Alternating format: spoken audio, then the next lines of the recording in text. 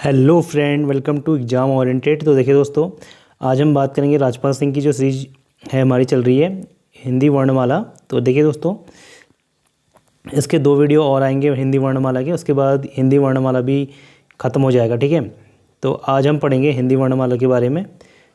तो आज इसमें से एक क्वेश्चन हमने फ्रंट में रखा हुआ है आपका, हिंदी में अल्पप्राण वर्णों की संख्या कितनी है। तो आपको इसमें से बताना है कि हिंदी में अल्पप्राण वर्णों की संख्या कितनी है। तो इस तरह के नए क्वेश्चन आपको देखने को मिलेंगे। तो आइए सीरीज को स्टार्ट करते हैं।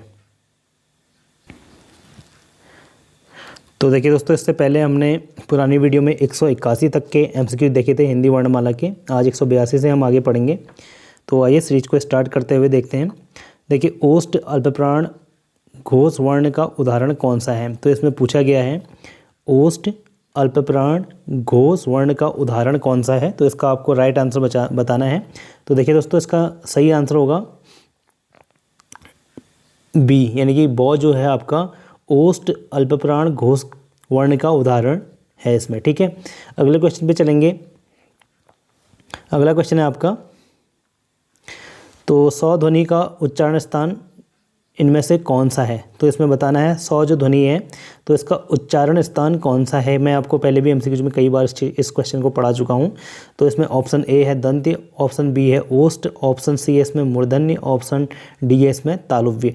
तो ठीक है, तो इसमें से आपको इसका राइट आंसर बताना है कि जो सौ ध्वनि है इसका उच्चारण स्थान निम्न में से कौन सा है। यानी कि जो हमारे सौ ध्वनि है इसका उच्चारण हम कहाँ पे से करते हैं। तो इसका उच्चारण हमारा तालुव्य से होता है। ऑप्शन नंबर डी इसका राइट आंसर है। अगला क्वेश्चन है 84वां क्वेश्चन देखेंगे, यो रो लो वो। ठीक है, ये भी मैं आपको पहले भी 2-3 बार पढ़ा चुका हूँ। किस वर्ण के व्यंजन हैं। तो देखिए, यो रो लो वो जो है आपको किस वर्ण के व्यंजन है। देखिए दोस्तों, ये मैं आपको कल हमने करवाई थी आदित्य पब्लिकेशन बुक, तो वहाँ पे भी ये क्वेश्चन आपको देखने को मिला था। देखिए, हम राजपाल और आदित्य पब्लिकेशन की बुक को पढ़ा रहे हैं ताकि आपके कॉम्पिटिटिव जो भी एग्ज़ाम है वो सभी एग्ज़ाम में आपके लिए काफ़ी ज़्यादा हेल्पफुल रहे और आपको हिंदी में कोई भी क्वेश्चन यहाँ से मिस ना हो। तो आपको इसका बताना है। तो ये आपके हैं ऑप्शन नंबर ए, अंतस्थ व्यंजन के अंतर्गत आते हैं यो रो लो वो। ठीक है, अगले क्वेश्चन पे चलेंगे, टॉ वर्ण में किस प्रकार के व्यंजन हैं। तो देखिए दोस्तों, जो टॉ वर्ण है इसमें पूछा गया है कि और किस प्रकार के व्यंजन हैं। तो ये हैं आपके मूर्धन्य प्रकार के व्यंजन है टॉ वर्ण। ठीक है, काफ़ी इंपॉर्टेंट क्वेश्चन है दोस्तों, एग्जाम में सीधे इसी तरीके से पूछे जाते हैं कि टॉ किस प्रकार का वर्ण है। तो आप इनको नोट कर लीजिएगा। कौन सा वर्ण उच्चारण की दृष्टि से दंत्य नहीं है। ठीक है, कौन सा वर्ण जो है आपका उच्चारण की दृष्टि से, ठीक है, बाकी आपका नौ तो दो आपके दंत्य के अंतर्गत आते हैं। और इसमें आपको मैंने अभी बताया टॉ जो है आपका मूर्धन्य के अंतर्गत आता है, इसमें से ये आपके दंत्य के अंतर्गत नहीं आता। बाकी नौ तो दो आपके ये आपके दंत्य के अंतर्गत आते हैं। अगले क्वेश्चन पे चलेंगे, ओष्ठ दीर्घ स्वर का उदाहरण कौन सा है। पूछा गया है कि ओष्ठ दीर्घ स्वर जो है आपका इसमें से इसका उदाहरण कौन सा है। तो ओष्ठ दीर्घ स्वर का उदाहरण है आपका ऑप्शन नंबर डी, ऊ जो है आपका इसमें से ओष्ठ दीर्घ स्वर का उदाहरण है। ठीक है, आप बोलेंगे तो आपका मुंह इसमें गोल घूमेगा और ये आपके दीर्घ स्वर में भी आता है ऊ। ठीक है, अगले क्वेश्चन पे चलेंगे, 188 क्वेश्चन है, इनमें से तालव्य व्यंजन का उदाहरण कौन सा है। पूछा गया है कि जो तालव्य व्यंजन है इसका इनमें से दिए गए जो भी हैं आपके वर्ण, तो इसमें से तालव्य व्यंजन का उदाहरण बताना है आपको। तो जैसे कि मैंने आपको बताया था KTM दा। ठीक है, ये ट्रिक मैंने आपको बताई थी। क्या बताई थी?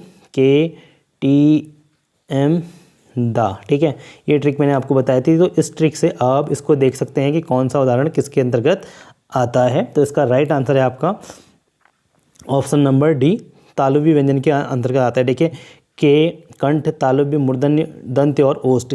ठीक है, ये आपके हैं। तो ये आपके इसमें आता है आपका तालव्य में आता है चौ छौ जौ झौ। ठीक है, ये आपके तालव्य के अंतर्गत आते हैं।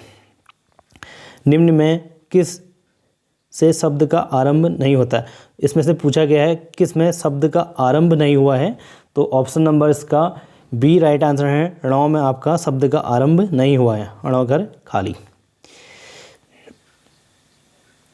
दंत वृत्तिश महाप्राण घोष व्यंजन वर्ण का उदाहरण कौन सा है? तो इसमें से इसका उदाहरण पूछा गया है। दंत वृत्तिश महाप्राण घोष व्यंजन का उदाहरण पूछा गया है। तो इसका राइट आंसर है आपका दोस्तों ऑप्शन नंबर 20 इसका राइट आंसर है। घौ इसका राइट आंसर होगा। ठीक है, गौ जौ छ जौ टौ निम्न तालव्य महाप्राण घोष वर्ण कितने हैं? तो ठीक है, ये पूछा गया है। तो इसमें से आपका राइट आंसर है 0। ठीक है, तालव्य महाप्राण घोष वर्ण इसमें से पूछा गया है, तो इसमें से 0 है। इसमें से कोई भी आपका इसका राइट आंसर नहीं है। ठीक है, अगले क्वेश्चन की बात करेंगे। मूर्धन्य ह्रस्व स्वर का उदाहरण कौन सा है? इसमें पूछा गया है मूर्धन्य ह्रस्व स्वर का उदाहरण पूछा गया है आपसे। तो इसका राइट आंसर है आपका ऑप्शन नंबर ए। ठीक है, मूर्धन्य ह्रस्व स्वर का उदाहरण है आपका री। ठीक है, री आपके मूर्धन्य ह्रस्व स्वर के अंतर्गत आते हैं। निम्न में से कौन सा व्यंजन ऊष्म व्यंजन है? इसमें पूछा गया है ऊष्म व्यंजन कौन सा है आपका? तो आपका ह जो होता है ऑप्शन नंबर ए, यह आपके ऊष्म व्यंजन के अंतर्गत आता है। अगले क्वेश्चन की बात करेंगे। इनमें से किस वर्ण को व्यंजन कहा जाता है? पूछा गया है इसमें से किन वर्ण को व्यंजन कहा जाता है? ऑप्शन नंबर ए है जिनका उच्चारण स्वरों के वर्णों की सहायता से किया जाता है। ठीक है, उनको आपको व्यंजन कहा जाता है। जिनका उच्चारण स्वर वर्णों की सहायता से किया जाता है उनको आपका व्यंजन कहा जाता है। जैसे कि क ख ग घ, ये आपके बिना स्वर की सहायता से नहीं बोले जाते हैं, इसलिए इनको व्यंजन कहा जाता है। इनको बोलने के लिए या इनको लिखने के लिए आपको स्वर की आवश्यकता पड़ती है। ठीक है, जैसे क का हो गया आपका क प्लस औ। ठीक है, क ये पूरा तब बनता है आपका क। ठीक है, इसलिए इनको बोलने में 100 स्वर की आवश्यकता होती है। अगला क्वेश्चन की बात करते हैं 195। इनमें कौन से व्यंजन अंतस्थ व्यंजन हैं? ठीक है, अंतस्थ व्यंजन की बात करें तो य र ल व जो आपके आते हैं अंतस्थ व्यंजन के अंतर्गत आते हैं। ऑप्शन नंबर ए इसका राइट आंसर है। अगले क्वेश्चन की बात करेंगे। निम्न में इनमें से किसका उच्चारण स्थान दंत्य है? तो पूछा गया है इसमें से किसका उच्चारण स्थान आपका दंत्य के अंतर्गत आता है। तो 196 क्वेश्चन है, तो इसका राइट आंसर होगा ऑप्शन नंबर सी जो है आपका राइट आंसर है। तो जो आपका दंत्य के अंतर्गत आता है, ऑप्शन नंबर सी इसका राइट आंसर है। ठीक है, क्वेश्चन नंबर 197 है। जो ध्वनि ना स्वर है ना व्यंजन, इन्हें क्या कहते हैं? ठीक है, जो भी ध्वनियाँ हैं आपकी ना तो स्वर में आती है ना व्यंजन में आती हैं, तो इनको कहा जाता है आपका ऑप्शन नंबर डी अयोगवाहक कहा जाता है। ठीक है, 100 का उच्चारण स्थान निम्न में से कौन सा है? ठीक है, मैं आपको अभी थोड़ी देर पहले बताया हूँ। 100 का जो उच्चारण स्थान है आपका ऑप्शन नंबर डी तालुव्य के अंतर्गत आता है। ओष्ठ अल्पप्राण और घोष वर्ण का उदाहरण कौन सा है? तो इसका ऑप्शन नंबर 20 का राइट आंसर है। ब जो आपका ओष्ठ अल्पप्राण घोष व्यंजन वर्ण का उदाहरण है। कंठ अल्पप्राण व्यंजन वर्ण का उदाहरण कौन सा है? तो कंठ अल्पप्राण व्यंजन वर्ण का उदाहरण इनमें से आपका आता है। तो ऑप्शन नंबर ए इसका राइट आंसर है। ठीक है, क ख ग घ आपके कंठ अल्पप्राण व्यंजन के अंतर्गत आते हैं। अब आते हैं कंठ तालुव्य दीर्घ स्वर वर्ण का उदाहरण कौन सा है?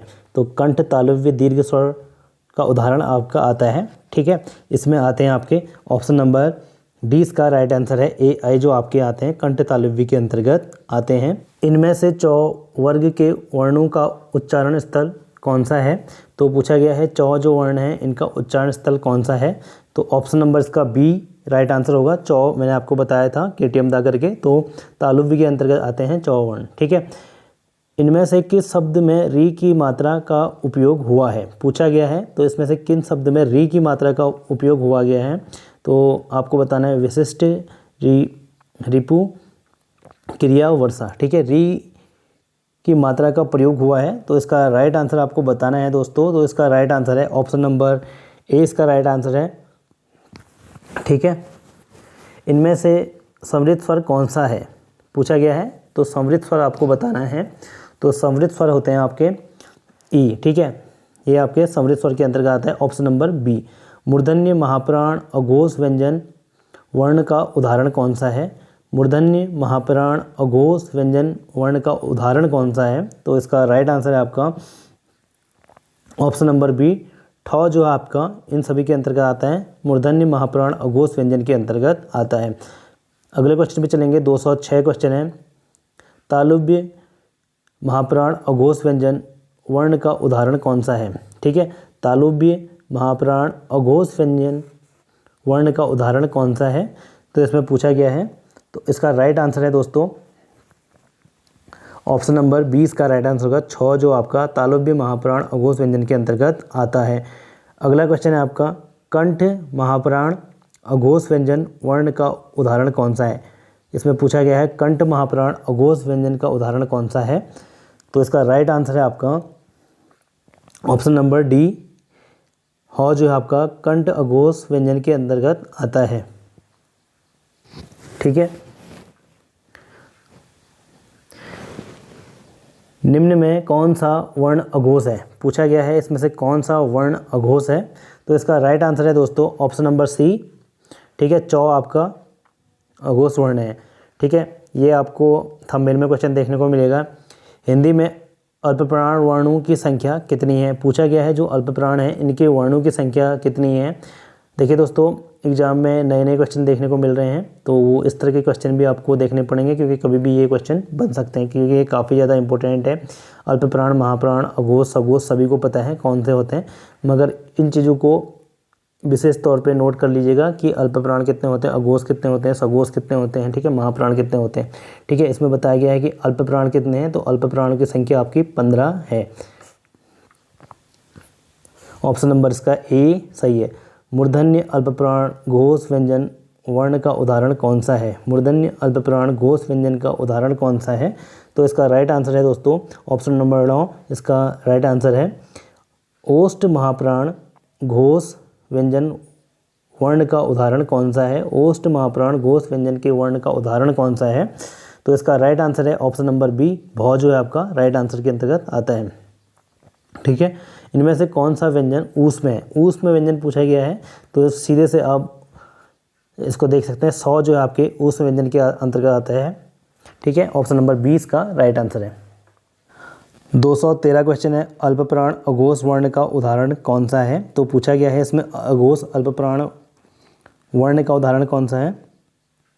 तो ऑप्शन नंबर 20 का राइट आंसर है टॉ, जो है आपका मूर्धन्य अल्पप्राण अघोष वर्ण का उदाहरण है। ठीक है, तालुव्य महाप्राण घोष वर्ण का उदाहरण कौन सा है? तालुव्य महाप्राण घोष वर्ण का उदाहरण पूछा गया है, तो ऑप्शन नंबर सी इसका राइट आंसर है झ, जो आपका तालुव्य महाप्राण घोष वर्ण का उदाहरण है। घ, गौ, ण, ठ, त इनमें से किसके घोष व्यंजन हैं? तो ये आपके पूछे गए हैं, इसमें से कितने जो हैं घोष व्यंजन के अंतर्गत आते हैं? तो इसका राइट आंसर है दोस्तों ऑप्शन नंबर सी, इसमें से 2 जो आपके घोष वर्ण के अंतर्गत आते हैं।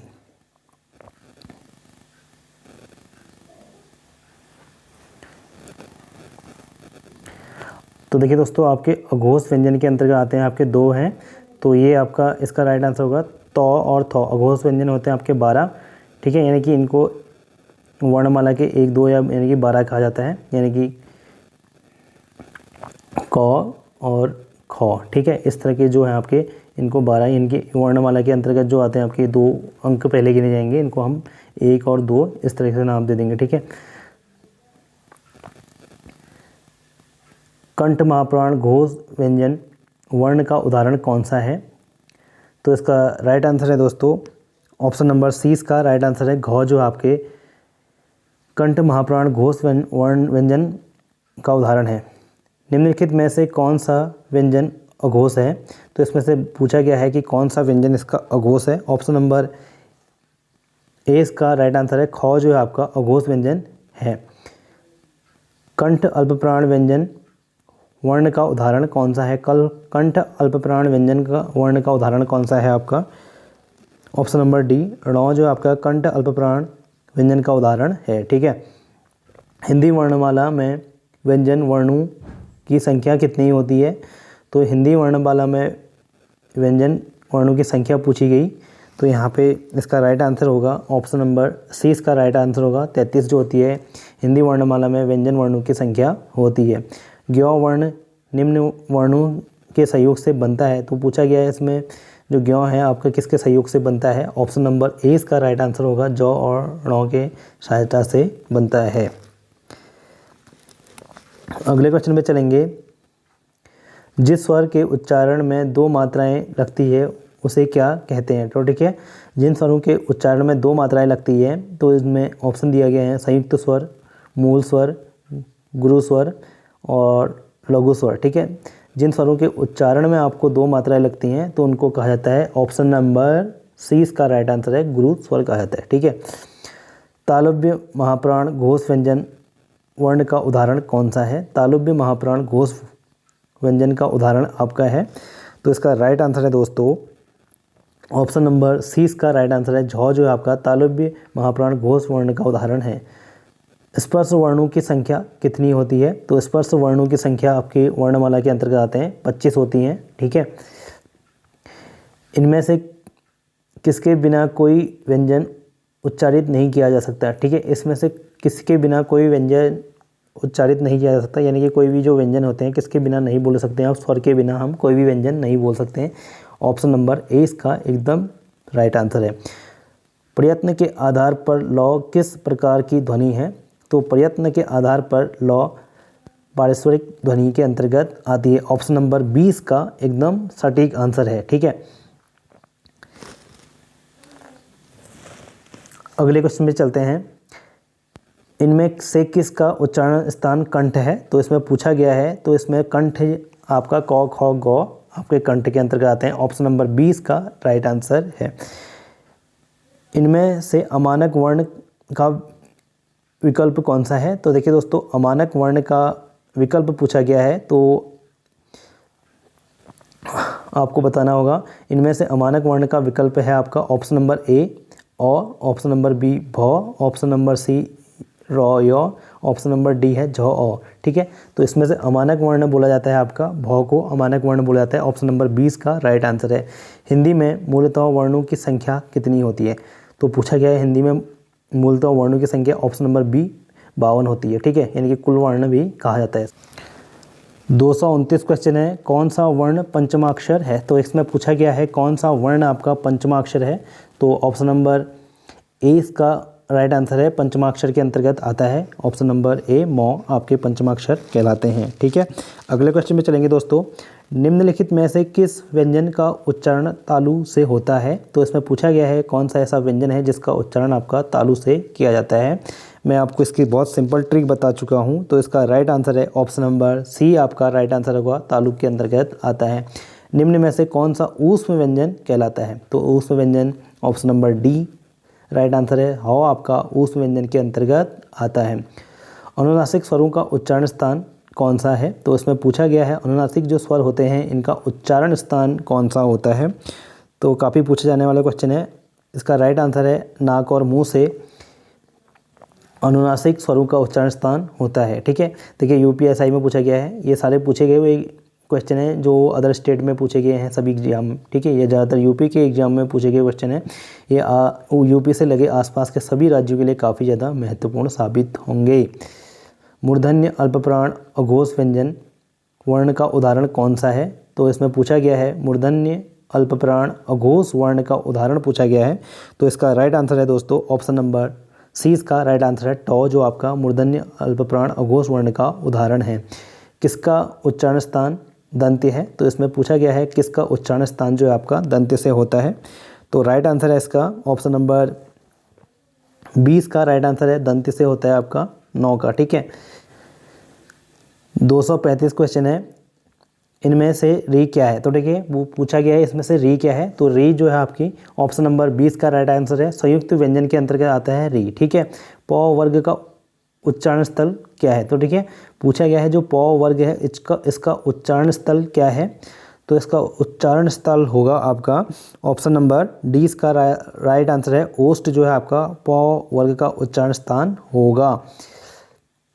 अर्धविराम का चिन्ह कौन सा माना जाता है। तो देखिए दोस्तों, अर्धविराम यानी कि अर्धविराम का चिन्ह कौन सा माना जाता है आपका। देखिए दोस्तों, वर्णमाला के बाद मैं आपको विराम चिन्ह पढ़ाऊंगा। देखिए इसमें कुछ क्वेश्चन दिए गए हैं, क्योंकि जस्ट इसके टॉपिक से लगा हुआ क्वेश्चन ही है। इसके बाद आपको विराम चिन्ह देखने को मिलेंगे, तो इसलिए इसमें कुछ कुछ क्वेश्चन दिए गए हैं इसके। तो इसके बाद हम आपको डिटेल से पढ़ाएंगे विराम चिन्ह, ठीक है। तो इसमें अर्धविराम चिन्ह का उदाहरण कौन सा है, तो देखिए दोस्तों, पहले तो मैं आपको बता दूं, एक होता है अल्प विराम, ठीक है। अल्प विराम होता है, तो अल्प विराम का चिन्ह होता है केवल ऐसा, ठीक है। और इसके बाद अर्धविराम की बात करूं तो अर्धविराम का चिन्ह होता है ये वाला, ठीक है। इस तरीके से आपको अर्धविराम का चिन्ह देखने को मिलेगा, ठीक है।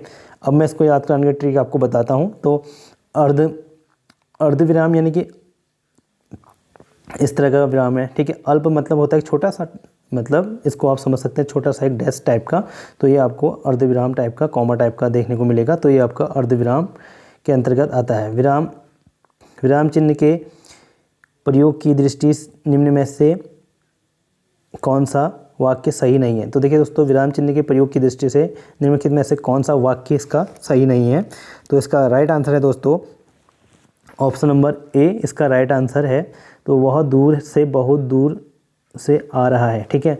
इसमें से आपका वह दूर से बहुत दूर से आ रहा है, यानी कि इसमें से ये वाला इसकी लाइन इसकी गलत है, वह इसमें होना बहुत दूर से आ रहा है, ठीक है।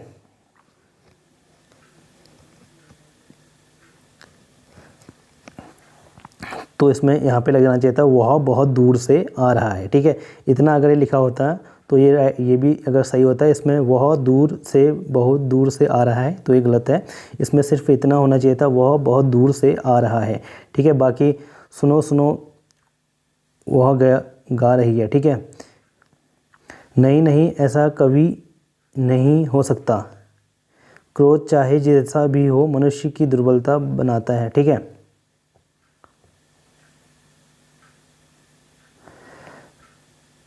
इसमें लिखा गया है क्रोध चाहे जैसा भी हो मनुष्य को दुर्बल बनाता है।